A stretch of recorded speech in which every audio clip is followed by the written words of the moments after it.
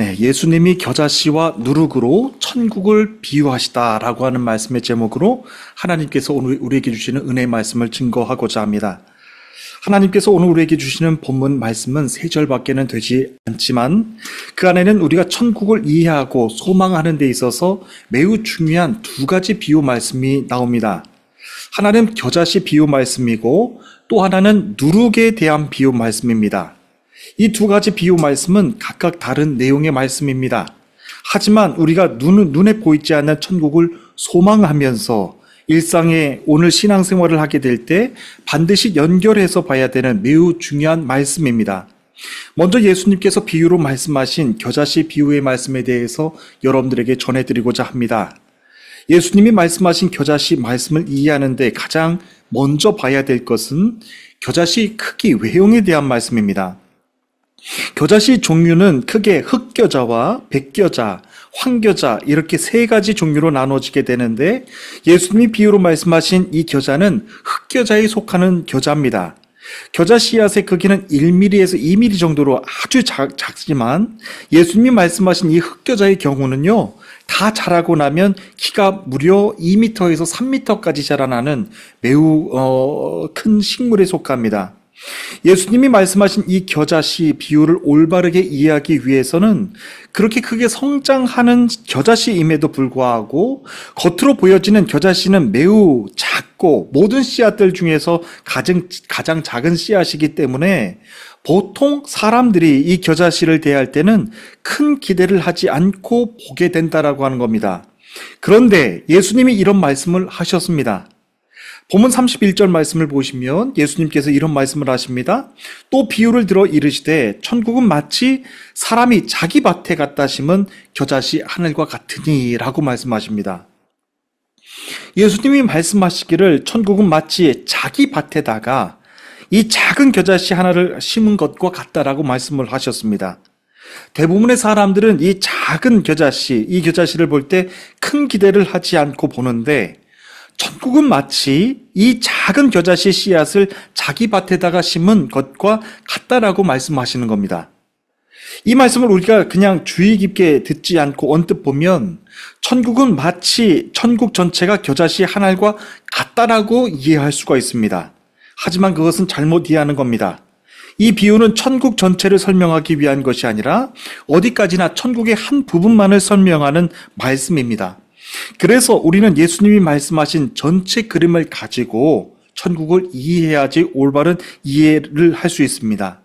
이어서 32절 말씀을 보십시오. 32절 말씀을 보시면 이는 모든 씨보다 작은 것이로되 자란 후에는 풀보다 커서 나무가 되매 공중의 새들이 와서 그 가지에 깃들이니라 라고 하는 말씀을 전해 주십니다. 예수님은 말씀하시기를 겨자씨가 모든 씨앗보다 다 작다고 말씀하신 다음, 그렇지만 그것이 다 자란 후에는 풀보다 더 커서 나무가 되매 공중의 새들이 와서 그 가지에 깃들인다라고 말씀을 전해 주십니다. 그러니까 예수님이 이 비유의 말씀을 하신 곳은 갈릴리 호숫가였습니다. 오늘 본문이 속한 마태복음 13장 말씀을 보시면 이 본문의 시작이 갈릴리였다라고 하는데 우리는 먼저 주목해야 됩니다. 그날 예수께서 나가사 바닷가에 앉으심에 큰 무리가 그에게로 모여들거늘 예수께서 배에 올라가 앉으시고 온 무리는 해변에 서 있더니 라고 하면서 마태복음 말씀이 시작됩니다. 13장 말씀이 시작됐습니다. 예수님이 집에서 나와 갈릴리 바닷가에 앉아 계셨는데 너무나도 많은 군중들이 몰려왔기 때문에 예수님이 배에서 올라 앉아서 이 말씀을 전하신 겁니다.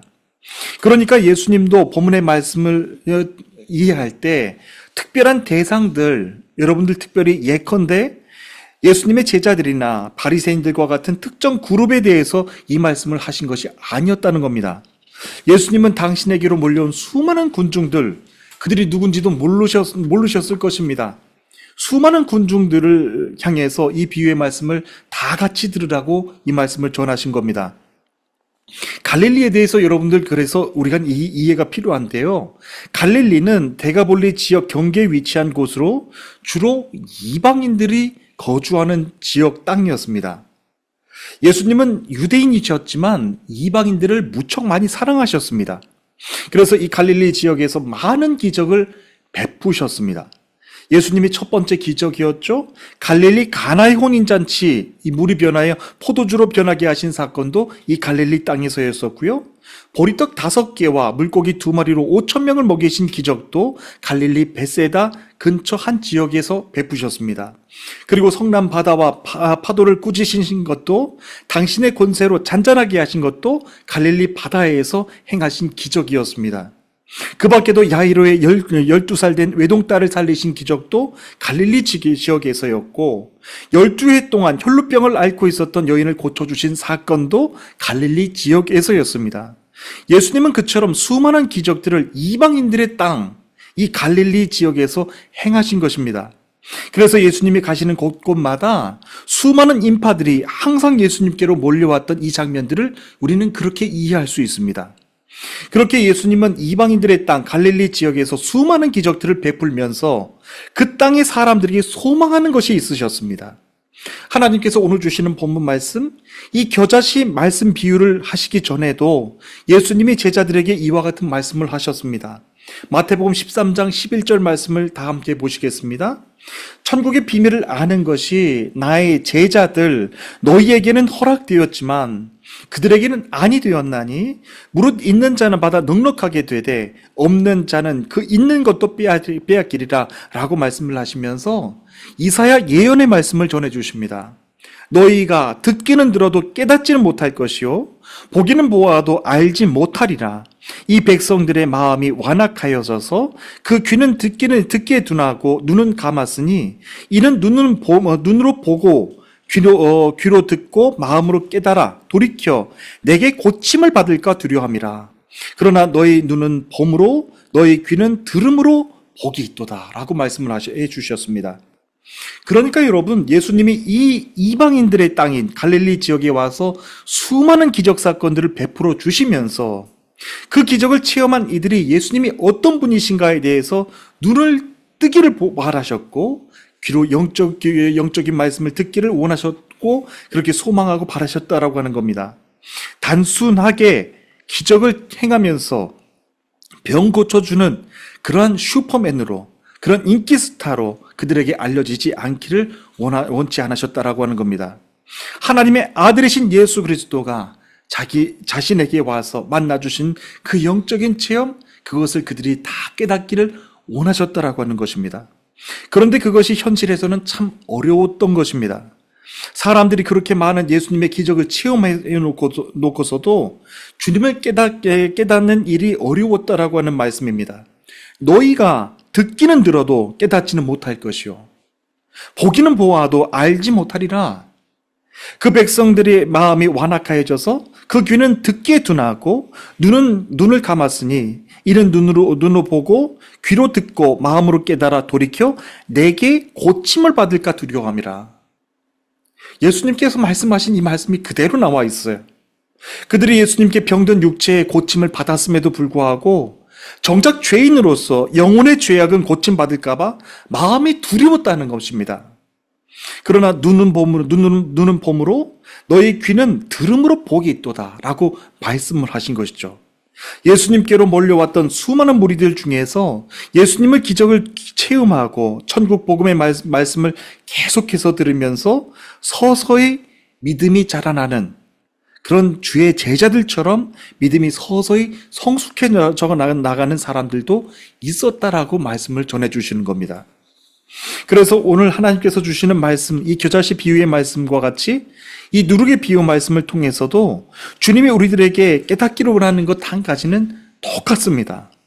세상 사람들에게는 감춰져 있고 깨닫지 못하는 천국의 비밀을 저와 여러분들에게도 오늘 이 시간 깨닫기를 원하시는 것입니다.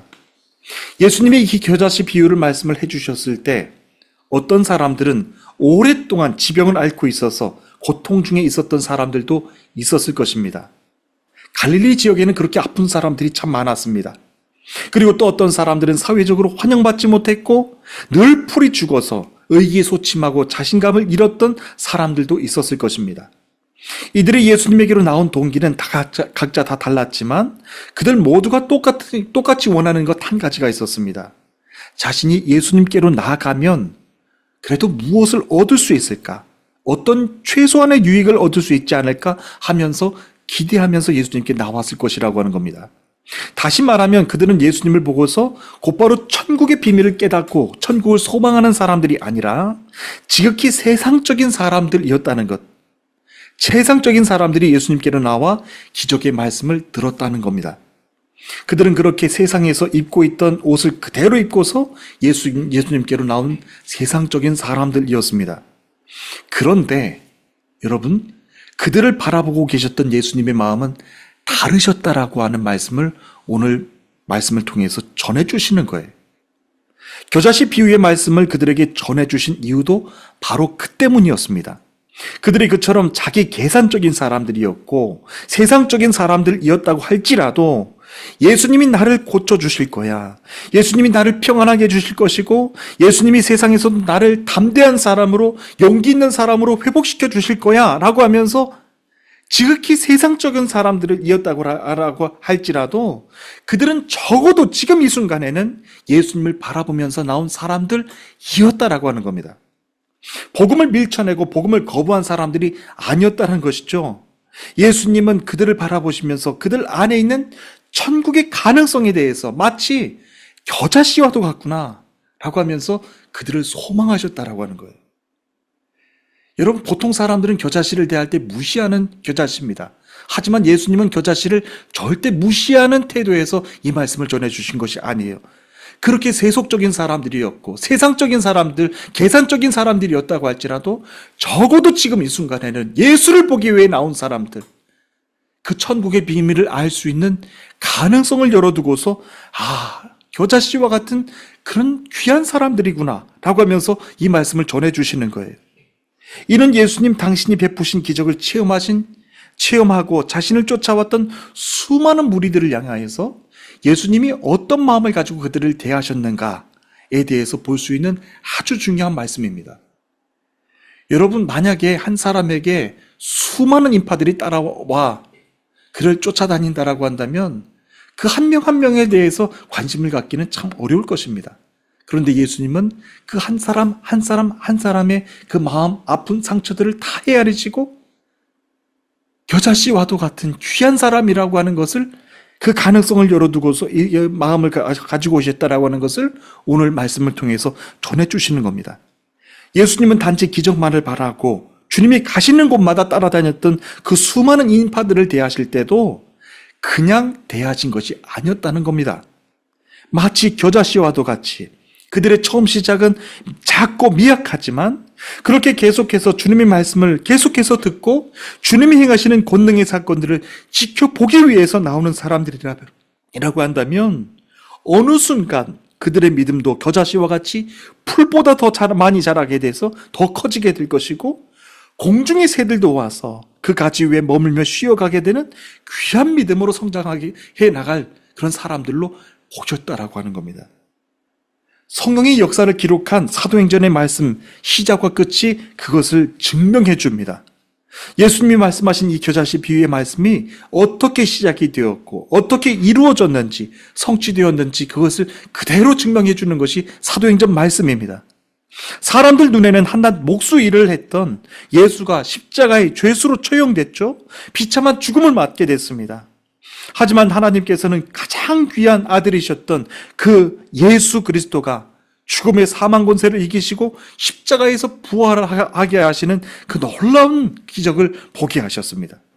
그리고 예수님은 당신이 사랑하는 제자들을 일일이 다 찾아가셔서 지극히 계산적이고 이기적이었던, 그리고 세상적으로도 굉장히 겁쟁이였던 예수님의 제자들, 당신의 제자들을 한 사람 한 사람씩 다 찾아가셔서 하나님 나라, 그래 너희들이 지금은 볼 수 없지만 그 능력의 하나님 나라, 그 영광의 하나님 나라의 말씀을 다 한 사람 한 사람씩 다 확인시켜 주시는 거예요.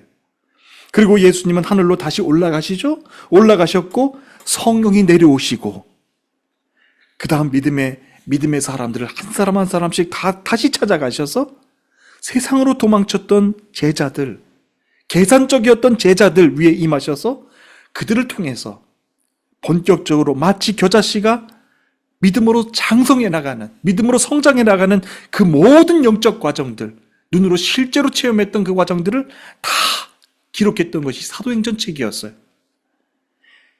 제자들만 생각해 보더라도요, 12제자들 중에 가룟 유다는 배신을 했고요. 그리고 베드로는 3번씩이나 부인을 했던 사람입니다. 나머지 11명, 10명의 사람들은 예수님이 십자가에서 죽으시고 다 자기들도 잡혀 죽게 될까 봐서 문을 걸어 잠그고 도망쳤던 사람들이었어요. 그런데 예수님이 부활하시고 곧바로 하늘로 올라가신 것이 아니었죠. 그들과 함께 머무르시면서 그 겨자씨와 같은 귀한 믿음의 가능성들을 제자들 한 사람 한 사람에게 다 확인시켜 주신 거예요. 너는 그렇게 세상에서 비겁한 사람 아니야. 겁쟁이도 아니고 세상에서는 그렇게 인정 못 받는 사람이었다고 할지라도 내가 너를 인정해 줄 거야. 하나님 나라에서는 넌 귀한 사람이고 하나님 나라에서는 너는 사람들에게 쉼을 나눠줄 수 있는, 영적 평안을 나눠줄 수 있는 귀한 사람이란다 라고 하면서 그들에게 소망을 주시기 위해서 한 사람 한 사람씩 다 찾아가서 만나주셨다라고 하는 거예요. 여러분, 놀라운 사실이죠. 그 11명의 제자들을 향해서 예수님은 한 명도 꾸짖거나 책망하신 적이 없어요. 그렇게 지극히 계산적이었고 이기적이었고 세상적인 이 제자들이었다고 할지라도 다 품어주시면서 안아주셨다라고 하는 것입니다. 그 이후에 제자들을 통해서 어떤 일이 일어납니까? 120명의 문도들이 함께 모여서 기도하기 시작을 하는 거예요. 예수님의 겨자씨와 같은 그 귀한 사랑을 힘입고서 120명의 문도들이 함께 예수님의 말씀에 순종해서 기도하기 시작을 합니다. 오직 말씀에 의지해서 합심해서 기도하기 시작했고, 그때 성령님이 그 모든 120명의 문도들 위해 각각 능력으로 임하신 것이죠. 그것이 바로 사도행전의 시작을 알리는 사건이었어요. 그렇게 성령을 받고 나아가 천국 복음을 선포하는 그들을 통해서 한꺼번에 3,000명이 회개하며 돌아오는 역사들이 나타나기도 했고 5,000명이 믿고 주께로 돌아오는 놀라운 기적을 체험하게 하셨다라고 하는 것입니다. 달마다 그 성령의 역사들을 체험하게 하신 거예요. 더 놀라운 일이 있는데요, 천국 복음의 말씀을 영접한 사람들은 세상 어떤 상황에서도 두려워하는 일이 없는 그런 영적으로 담대하게 쓰임받는 사람들이었다라고 하는 겁니다. 예수님처럼 십자가에서 처형을 당해서 죽임을 당하는 그런 두려운 사건들을 날마다 목도하면서도 불구하고 주의 제자들의 수가 점점 날마다 더 늘기 시작을 한 거예요. 사람들이 죽음 앞에서 두려워하는 게 아니라 겁에 떨면서 도망갔던 것이 아니라 예수님의 그 겨자씨와도 같은 그 귀한 사랑을 힘입고 돌아왔던 사람들은 더 담대하게 천국 복음의 말씀을 선포하고 하나님 나라의 그 역사가 더 강력하게 일어났던 것이 사도행전의 역사였다라고 하는 것입니다. 당시에는요, 이스라엘 독립을 위해서 일하는 열심당원들과 민족자유주의자들이 있었습니다. 이들은 복음을 전하는 사람들과 구별해서 봐야 되는데, 주의 십자가의 복음으로 세상을 변화시키는 사람들이 아니라 그들은 칼과 몽둥이와 권력으로 세상을 변화시킬 수 있다라고 믿었던 사람들이었습니다. 그들은 높은 로마 사람들이나 로마에 불붙어서 일하는 유대인들 그리고 로마 군인들을 몰래 찾아가서 암살하기도 했던 아주 무서운 사람들이었어요. 하지만 예수님이 말씀하셨던 하나님 나라는 어떤 하나님 나라였습니까? 그렇게 칼과 몽둥이, 세상의 권력으로 이루어지는 하나님 나라라고 말씀하셨습니까? 아니죠. 십자가 복음의 말씀을 영접한 사람들을 통해서 이루게 하시는 하나님 나라였다라고 하는 사실입니다. 그래서 아무리 보잘것없는 사람들이라고 할지라도요, 저와 여러분들은 누구도 그렇게 작게 여겨서는 안 된다라고 하는 거예요. 하나님의 말씀이 그의 마음의 밭에 뿌려지고 말씀의 생명이 그들의 마음속에 자라나기 시작하면요, 그 누구도 무시할 수 없는 거대한 영적 지도자로, 영적인 쓰임받는 도구로 성장하게 되는 것이 하나님 나라의 역사라고 하는 사실입니다. 사도행전의 역사가 바로 그런 증거를 그대로 보여주는 것입니다. 그 어떤 사탄의 권세가 주를 믿는 사람들 앞에 두려움 가운데 놓여진다고 할지라도 어떤 일에도 굴복하지 않았던 것입니다.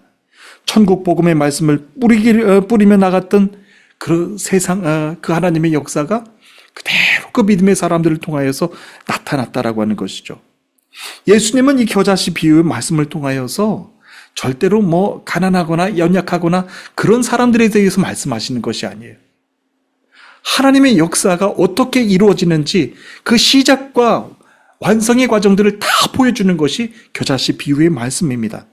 천국의 시작이 우리에게는 그토록 미약하게 보여도, 작게 보여도 천국에는 겨자씨 나무처럼 크게 성장하게 될 것이고, 천국 복음을 바라보면서 어떤 일에도 실망하지 않고 용기를 가지며 끝까지 인내해야 된다라고 하는 말씀이 바로 이 겨자씨 비유의 말씀입니다.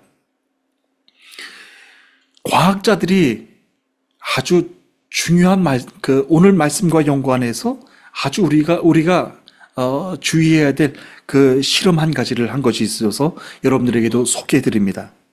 아주 깜깜한 방 안에 항아리를 놓고서요, 항아리 안에 물을 가득 채운 다음 쥐들을 다 거기다 넣는 실험이었습니다. 방을 몇 개로 구분을 했는데 어떤 방에는 전혀 빛을 비춰주지 않고 깜깜한 상태에서 그 쥐들을 가둬 놓고, 또 어떤 방에는 깜깜한 상태에서 빛을 아주 짧은 시간 동안 살짝 비춰주었다가 끄고 살짝 비춰주었다 끄고 하는 그런 식으로 하는 실험이었습니다. 실험 결과가 나왔는데 아주 극명했습니다. 아주 미세했지만 그 빛을 바라보면서 항아리 물속에 갇혀있던 생쥐들은 36시간 동안이나 헤엄을 치면서 버텼다는 것입니다. 그렇지만 빛을 전혀 비추지 않아서 깜깜한 암흑 속에 있었던 그 쥐들은 불과 3분 만에, 여러분 3분 만에 다 물에 빠져서 죽었다라고 하는 겁니다. 비록 쥐들을 가지고 한 실험이었지만 사람이 어둠 속에서 세상에 살면서 더 이상 소망을 갖지 못하고 산다라고 하는 것이 우리 영혼을 얼마나 더 빠른 시간 동안에 피폐하게 만들며 절망하게 만드는지를 보여주는 아주 중요한 실험이었다라고 하는 겁니다. 그런데 우리들에게는 무엇이 있다라고 오늘 성경은 말씀하고 있습니까? 세상이 아무리 악하고 어둡고 죄악으로 가득 찬 모습으로 보인다고 할지라도 너희들은 어두운 세상을 바라보지 마. 어둡고 죄로 가득하고 죄의 권세로 가득한 세상을 보는 것이 아니라 영원한 생명으로 가득 찬 하나님 나라, 우리를 분초도 꺼지지 않고 비춰주고 계시는 하나님의 빛 대신 그 말씀을 오늘도 바라보면서 살아가라고 말씀을 전해주시는 겁니다. 그런데 우리 겨자씨 비유의 말씀을 더 잘 이해하기 위해서는요, 예수님이 이어서 말씀하신 누룩의 비유 말씀을 잠깐 우리는 생각해 볼 필요가 있습니다. 33절 말씀인데요, 제가 받들어 봉독합니다. 또 비유로 말씀하시되 천국은 마치 여자가 가루 서말 속에 갖다 넣어 전부 부풀게 한 누룩과 같으니라 라고 말씀하십니다. 예수님은 천국을 가리켜서 어떤 여자가 빵을 굽기 위해서 누룩을 밀가루 속에 넣어서 밀가루 전체를 부풀게 한 것처럼 발효시킨 것으로 비유하여서 설명해 주셨습니다. 이 말씀만 보면 도대체 이게 무슨 말씀인지 모를 거예요. 그런데 이렇게 이해할 수 있습니다. 예수님도 어린 시절 어머니 마리아가 밀가루에 물과 누룩과 함께 섞어서 빵을 굽는 모습을 많이 보셨을 것입니다. 밀가루에 누룩을 섞어서 하룻밤을 지내게 하고요, 밀가루가 전체가 부풀어 오르게 합니다. 이런 발효 과정을 통해서 화덕에 빵을 굽고 그 부풀어 오르는 빵을 만들게 되는 것이죠. 이 누룩의 비유 말씀이 참 흥미롭습니다. 첫 번째로 이 누룩이 가지고 있는 특성을 가지고 성경이 우리들에게 깨닫게 해주신다라고 하는 겁니다. 성경에서 이 누룩에 대한 말씀은 대체적으로 악한 자들을 상징할 때 쓰였던 말씀입니다. 예수님께서 친히 말씀하신 내용 중에 바리새인들과 사두개인들의 누룩을 조심하라 라고 말씀하셨어요. 경고하셨죠. 그리고 사도 바울도 누룩에 대해서 말씀을 전했는데 점점 더 번져가는 인간의 죄와 인간의 악의 권세가 마치 누룩과도 같다라고 비유로 말씀을 전했어요. 그처럼 누룩은 악한 자들을 비유할 때, 점점 더 번져나가는 세상의 악한 권세를 비유할 때 전해주셨던 말씀입니다. 그런데 성경에서는 동시에 정반대로 하나님 나라를 상징할 때도 이 누룩에 대한 비유 말씀을 전해주셨다는데 우리는 귀를 기울여야 됩니다. 그 누룩은 악한 세상 속에 침투하여서도 죄와 어둠으로 가득 찬 세상을 근본적으로 변화시키면서 하나님 나라를 점점 더 확장해 나간다라고 하실 때 이 누룩에 대한 비유 말씀을 전해주셨습니다. 여러분, 밀가루 자체만을 가지고서는요, 절대로 빵은 만들 수가 없는 거죠. 아주 적은 양이지만 많은 밀가루 속에 누룩을 함께 섞어 넣어요. 적은 누룩을 함께 섞어 넣어야지만 부풀어 오르는 그런 빵을 만들 수 있는 것처럼 하나님 나라는 적은 믿음의 사람들을 통해서 예수 그리스도의 십자가의 십자가의 능력, 그 부활의 권세를 체험한 적은 믿음의 크리스찬들을 통해서 악한 세상으로 침투해 들어가 복음을 확장하게 할 수 있도록 성령님이 함께 일하여 주신다라고 하는 거예요. 하지만 누룩이 밀가루와 섞여져서 빵을 부풀어 나가게 하는 것은 아주 은밀하고요. 점진적이고 시간을 가지고 인내를 가지고 봐야 되는 것처럼 천국을 바라면서 일하는 믿음의 사람들도 하나님의 일하심이 마치 그와도 같다라고 하는 거예요. 하나님의 일하심은요, 우리가 육신의 눈으로 다 볼 수 없는 점진적으로 아주 서서히 일어나는 하나님의 역사 일이라고 하는 말씀입니다. 그런 것처럼 하나님의 일하심도 우리가 육적인 눈을 가지고서는 볼 수 없는 그런 영적인 변화들이, 분명한 영적인 변화들이 나타난다라고 하는 것입니다. 그러면서 동시에 분명하게 나타나는 것은 누룩이 밀가루 빵 전체를 부풀어 오르게 하는 것처럼 우리 믿음의 사람들의 내적 변화를 분명하게 일으킨다라고 하는 말씀입니다. 하나님의 말씀을 오늘도 우리는 듣습니다. 그런데 아무런 변화가 없다면 그 아무런 변화가 없는 이들은 그냥 밀가루만 가지고 빵을 만들려고 하는 사람입니다. 하지만 여러분들은요, 성령의 일하심을 통하여서 분명한 변화가 나타나야 되는 거예요. 하나님, 오늘도 내 안에서 내적 변화가 일어나게 해주시고 세상 사람들에게는 덮여져 있고 감춰져 있는 하나님 나라의 비밀을 깨닫게 해달라고 성령님 내 메마른 마음 가운데 와주셔서 세상 사람들에게 갇혀져 있는, 닫혀져 있는, 보이지 않는 하나님 나라의 영적 비밀을 깨닫게 해달라고 하나님 함께 역사해달라고, 그것이 바로 하나님 나라의 비밀을 깨닫게 되는 그런 순서라고 하는 사실입니다. 그 다음부터는요, 내가 노력하지 않아도 성령님의 뜨거운 역사가 여러분들 내면 가운데 그냥 불러일으키는 거예요. 어떤 사람들이 그러더라고요. 제가 국내에서 목회할 때, 목사님, 저 회개했는데 뭘 더 회개해야 됩니까? 가족을 향한 회개, 교회를 향한 회개, 제 자신을 향한 회개 다 있는데 뭘 해야 됩니까? 죄송한 말씀인데 그와 같은 사람들은 밀가루로 빵을 만들려고 하는 사람들인 거예요. 누룩이 밀가루와 함께 섞이기 시작하면요, 자기가 빵처럼 부풀어 오르지 않으려고 한다고 해도 그냥 자동적으로 부풀어 올라오는 것처럼 성령의 역사가 마치 그와도 같이 능력으로 일어난다라고 하는 거예요. 회개를 뭐 해야 될지를 모른다고요? 그냥 아직까지 밀가루이신 거예요. 누룩처럼 역사하시는 성령의 역사가 불같이 역사하게 될 때 나도 주체할 수 없는 눈물의 역사들이 나타나게 되고요.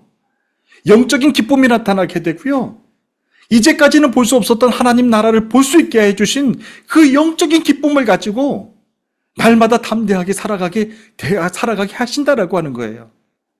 세상 속에서는 도망자였고 계산적인 사람이었고 이기적이었던 그 제자들마저도 하나님 나라의 비밀을 깨닫고 난 다음부터는 어떤 사람으로 변화되어 나가게 하셨나요? 예, 베드로는 예수님과 같이 똑같은 십자가에서 처형당하는 것도 당할 수 없다고 하면서 거꾸로 십자가에 못 박혀서 죽었던 사람이었어요. 그처럼 성령의 역사들이 그렇게 뜨겁게 나타났고 강력하게 나타났던 것이 사도행전의 역사였다라고 하는 거예요.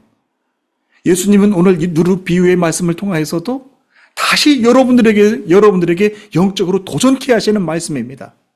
사랑하는 내 딸아, 사랑하는 내 아들아, 너희들을 그렇게 변화시키고 쓰길 원하는데 하나님의 역사를 그렇게 성급하게 서둘러서 안 봤으면 좋겠다. 너의 내적인 변화가 점진적으로 일어나게 될 것이고 네가 알지 못하는 순간 너는 세상 속에서 큰 사람으로, 믿음의 사람으로 서 있고 쓰임받게 될 거다 라고 하시는 말씀을 여러분들에게도 전해주시기를 원하신다라고 하는 거예요. 그렇습니다. 오늘 우리가 살고 있는 이 시대는요, 뭐든지 다 빨리빨리, 그리고 내가 이래서 뭔가를 얻을 열매를 바라보려고 하는 그런 시대 속에서 우리가 살아가고 있습니다. 하지만 하나님 나라는 그와 같은 나라가 아니라고 하는 거예요.